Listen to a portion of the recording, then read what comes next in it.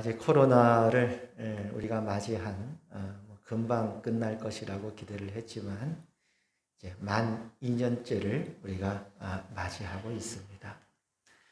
이런 이제 세계적인 팬데믹이죠. 대유행의 시대를 맞이해서 우리가 또 생각나는 책 한 권이 있는데 페스트라고 하는 유명한 책이 있습니다.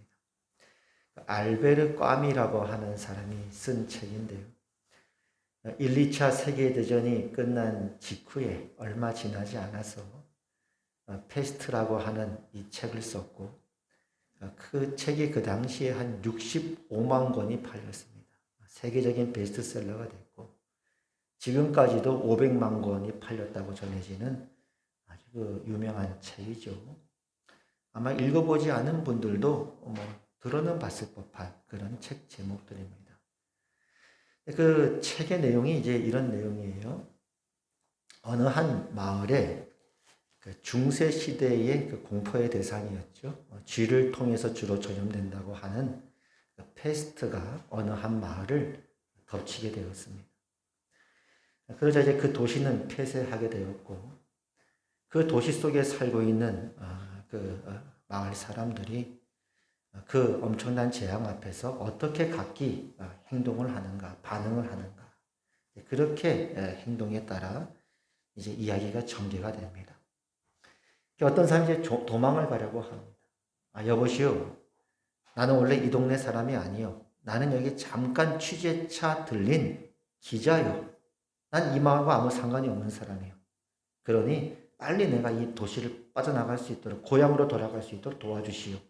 표를 막 구하는 그런 사람이 있고 어떤 사람은 또 그런 혼란기를 틈타서 원래 이제 이 사람은 범법자였는데 혼란스러우니까 더 그 기회를 타서 밀수입을 통해서 자기 이득을 취하는 그런 사람도 있었고요. 어떤 사람은 또 격분하고 분노합니다.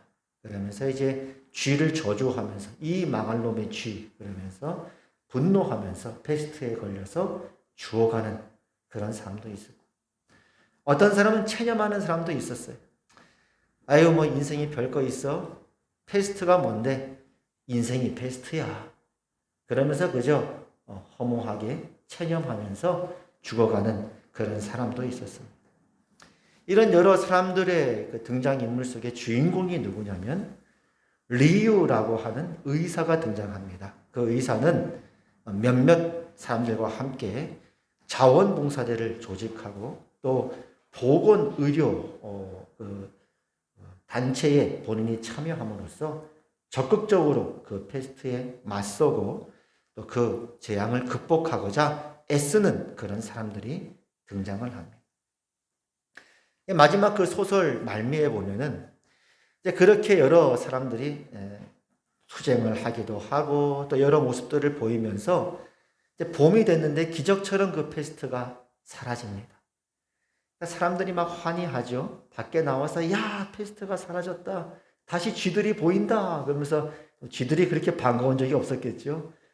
신나서 막 환호성 부르는데 뭐 우리식으로 비유하면 코로나가 종식이 된 거예요.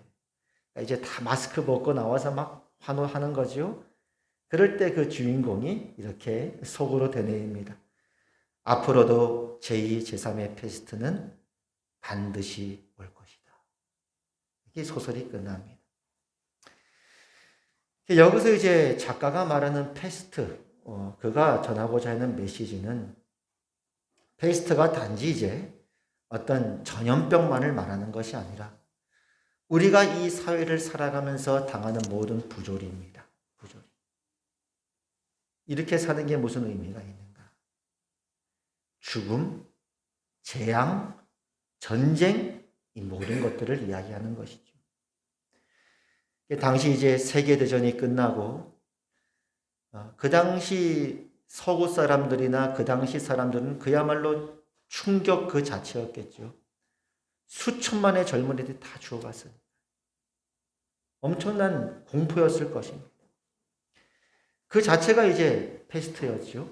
그 공포 속에 어떤 사람은 두려워하고 어떤 사람은 허탈해하고 어떤 사람은 분노해하는 그 속에서 여러 등장인물들의 모습을 통해 우리의 모습을 보여주고 있는 것이고, 그러면 우리는 이런 부조리 속에서, 현실 속에 어떻게 살아야 하는가라고 나름대로 답을 제시하기 위해서 노력했던 그런 소설이라고 볼 수 있습니다. 그리고 그 소설에서 예견했듯이 제2, 제3의 인간이 어떻게 할 수 없는 부조리들, 이 패스트가 지금도 동일하게 있지 않습니다. 전염병으로 한다면 지금이 21세기잖아요. 21세기고 가만히 보면 이렇게까지 위생적으로 좋았던, 물론 뭐 지역마다 차이는 있겠지만 우리나라만 봐도 이렇게 위생이 좋았던 적이 언제 있었습니까? 상하수도가 이렇게 발달되어 있고 어디나 씻을 수 있고 샤워할 수 있고 이렇게 위생이 발달했던 적이 어디 있었습니까? 또 의료기술도 요즘 얼마나 좋아졌는지 몰라요. 얼마나 의료기술이 좋아졌는지. 거기다 또 세계적으로 또 서로 소통이 되니까요. 저 먼 나라에서 만들었던 백신을 우리가 맞을 수 있지 않습니까? 그럼에도 불구하고 지금 전염병 때문에 쩔쩔매고 있어요. 백신이 만들어졌다고는 하지만, 이렇게 인류가 놀랍게 발전했다고 하지만 2년 만에 백신이 만들어지는 것도 기적인데, 그러나 여전히 그 백신에 대한 효용성에 대해서는 100% 확신할 수 없는 그런 여전한 이런 코로나라고 하는 공포 속에 우리가 있는 것이 현실입니다. 지금도 이 부조리가 있는 거죠. 전쟁 마찬가지죠. 제3차 세계대전이 일어나지 않을 거라고 누구도 장담할 수가 없습니다. 요즘은 이제 미국하고 중국하고 서로 대립하고 있지 않습니까? 거기다 러시아도 가세를 했어요. 내년에 뭐 우크라이나를 침략할 것이다, 이런 소문이 자자한데, 만약에 전쟁이 일어난다면 2차 세계대전 이후에 가장 큰 전쟁이 될 것이다라고 예견하는 사람도 있습니다. 세상은 점점 이제 또 양대 진영으로 서로 대립하고 있어요. 미국을 중심으로 한 한 축과 미국을 반대하는 또 한 축이 서로 대립하고 있는데 참 곤란한 상황이 되죠. 내년에 이제 동계올림픽, 북경 베이징 동계올림픽 때 미국이 이제 중국을 견제하기 위해서 또 여러 이유로 해서 외교적으로 보이콧을 하겠다, 외교사절을 안 보내겠다 선언하지 않았습니까? 몇몇 나라들은 동참을 하고 있고, 우리나라는 어떻게 해야 될지 참 곤란스러운 그런 상황에 처해 있는 것이 오늘 우리가 살고 있는 현실이고, 우리가 또 당하고 있고 맞이하고 있는 부조리인 것입니다. 사회적 부조리도 마찬가지죠. 요즘 이제 뭐 대선 때문에 여러 가지 후보들이 나오고 애쓰고 계시지만은 또 상대편의 후보의 표를 깎기 위해 또 비리를 또 조사할 수밖에 없고, 때로는 또 대통령이 되기 위해 여러 그런 치열한 검증을 또 거칠 수밖에 없는 상황이지만은, 그럼에도 불구하고 후보 간에, 양당 후보 간에 여러 그 의혹들이 제기될 때마다 참 제일 마음이 아픈 건 국민 아닙니까? 이것이 우리가 살고 있는 현실. 결국 이 알베르 까미가 그 소설에서 예견했듯이 지금도 이 패스트라고 하는 것, 우리 이 사회를 둘러싸고 있는 모든 부조리는 계속되고 있는 것이고, 근데 그 작가가 말하고자 하는 진짜 핵심이 있습니다. 그 작가가 말하고자 했던 진짜 부조리는 뭐냐면 죽음입니다. 모든 인간은 다 죽음 앞에 있다는 것. 그게 진짜 부조리라는 거예요. 결국 다 죽을 거. 전쟁으로 죽나, 전염병으로 죽나, 자연사로 죽나, 모든 인간은 이 죽음이라고 하는 이 부조리와 굴레 앞에 있는데, 결국 삶이라는 게 무슨 의미가 있는가? 이것이 그가 생각했던 부조리였습니다. 그 속에서 이제 그가 나름대로 몸부림쳤던 것은 죽음 앞에 반항해보자 한번. 어차피 죽을 인생이지만, 어차피 허무한 먼지밖에 안 될 인생이지만 그는 하나님을 모르는 사람이었어요. 반항이라고 하는 건 삶의 의미를 부여한다. 반항은 삶의 가치를 부여한다. 반항이라도 해보자. 그래서 등장했던 것이 그 소설 속에 리우라고 하는 의사가 자원봉사대에 참여하고 적극적으로 그 패스트에 맞섬으로 해서 당시에 허탈 속에 빠졌던 사람들에게 나름대로의 답을 제시하려고 했던 것이 그 소설책의 핵심 내용이었습니다. 근데 그렇게 반항한다고 해서 그 문제를 해결할 수가 없잖아요. 그래, 죽음? 어차피 죽을 거 그래. 어차피 먼지가 될 거. 사는 게 무슨 의미가 있어? 반항은 하자. 반항을 하면 그 자체가 의미 있는 거 아니야?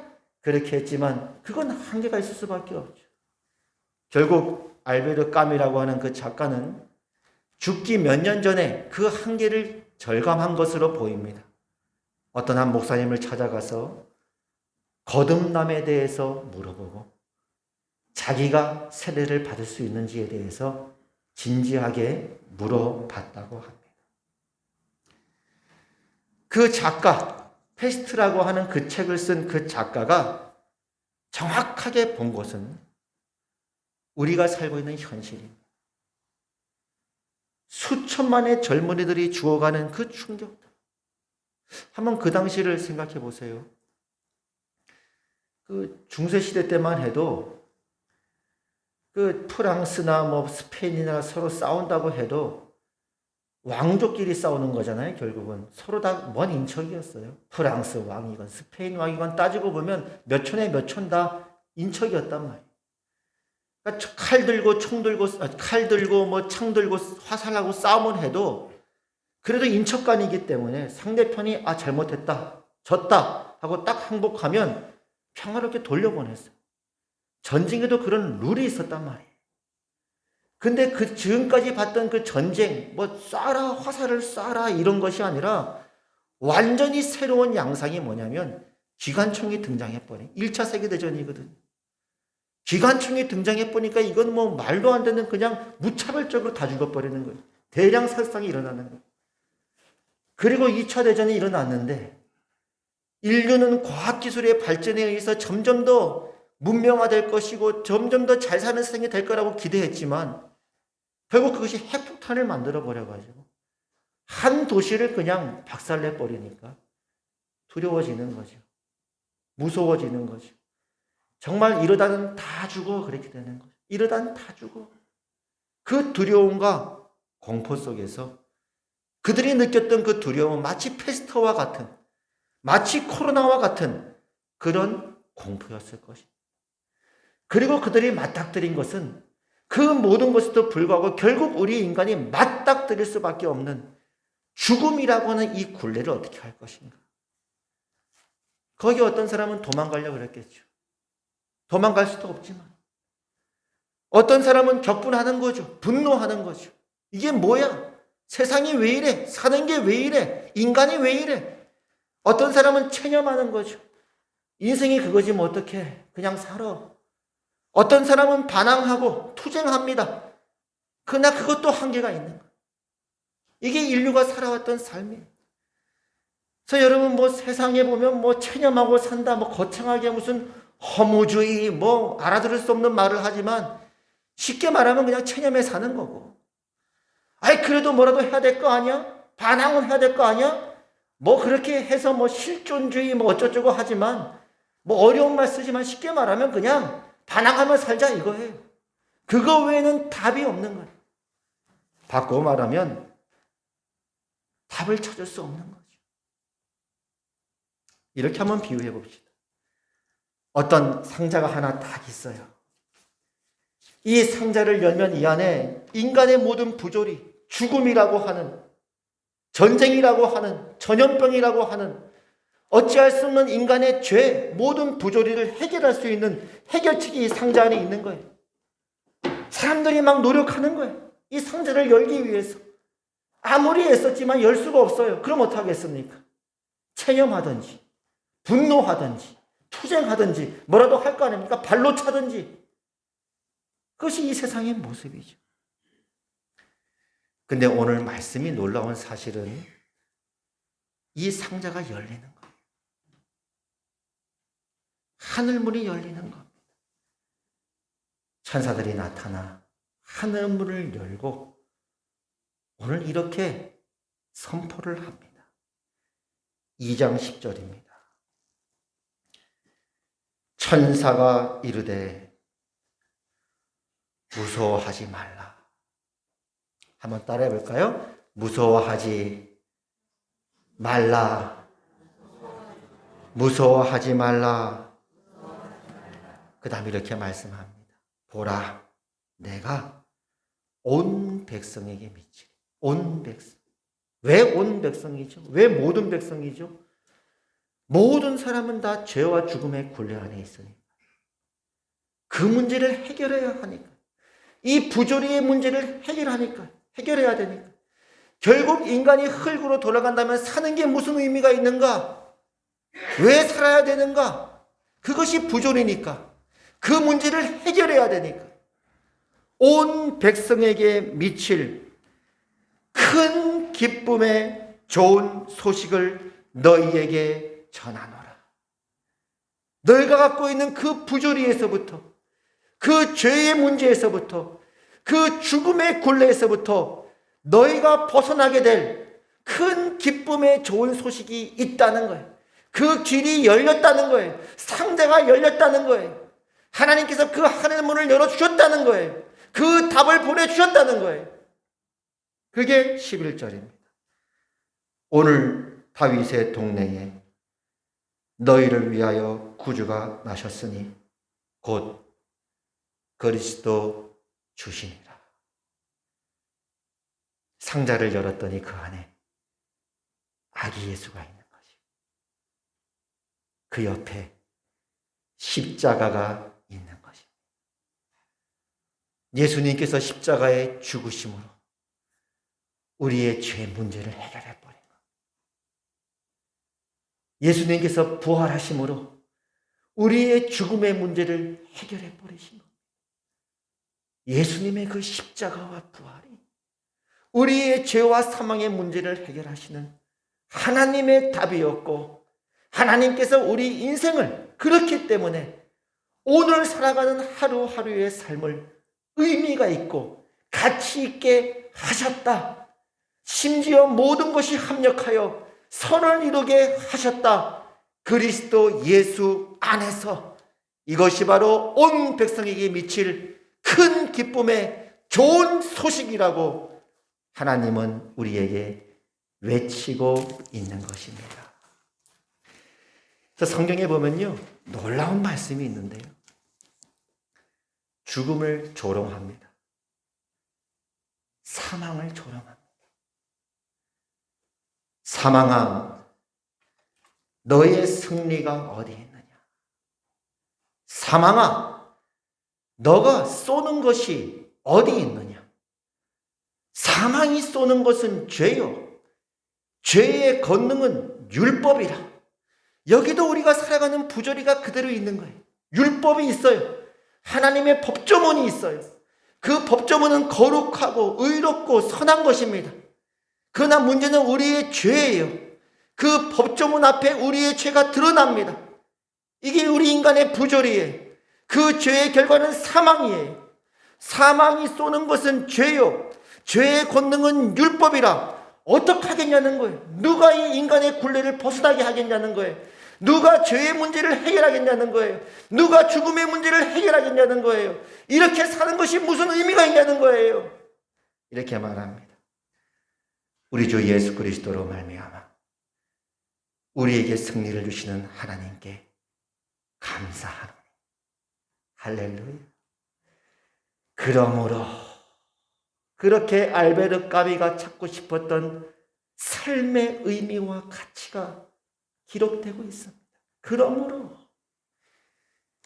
내 사랑하는 형제들아, 견실하며 흔들리지 말고 항상 주의 일에 더욱 힘쓰는 자들이 되라.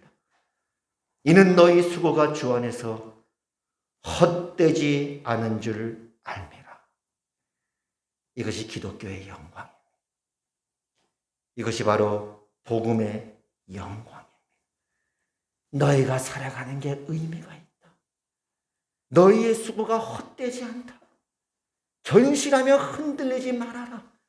너희가 살아가는 매일매일의 삶은 가치가 있고 의미가 있는 인생이란다. 저 천성을 향해 나아가는 순례자의 삶이란다. 그 발걸음을 굳게 하고 매일매일을 믿음으로 살아가라. 하박국 선지자도 그가 살았던 당시에 마찬가지였죠. 그는 많은 부조리 앞에 섰습니다. 이스라엘은 타락했습니다.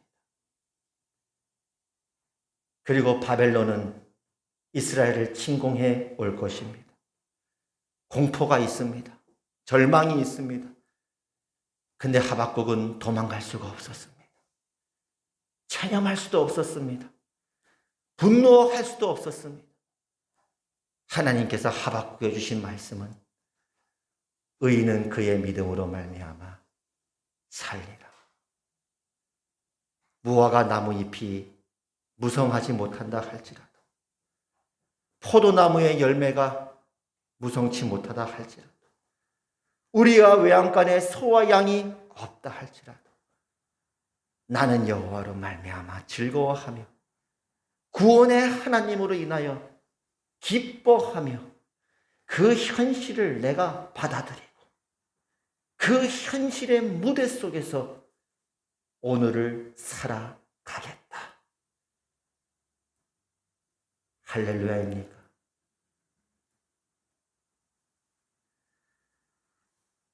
요즘 세상이 많이 혼란스럽죠. 코로나,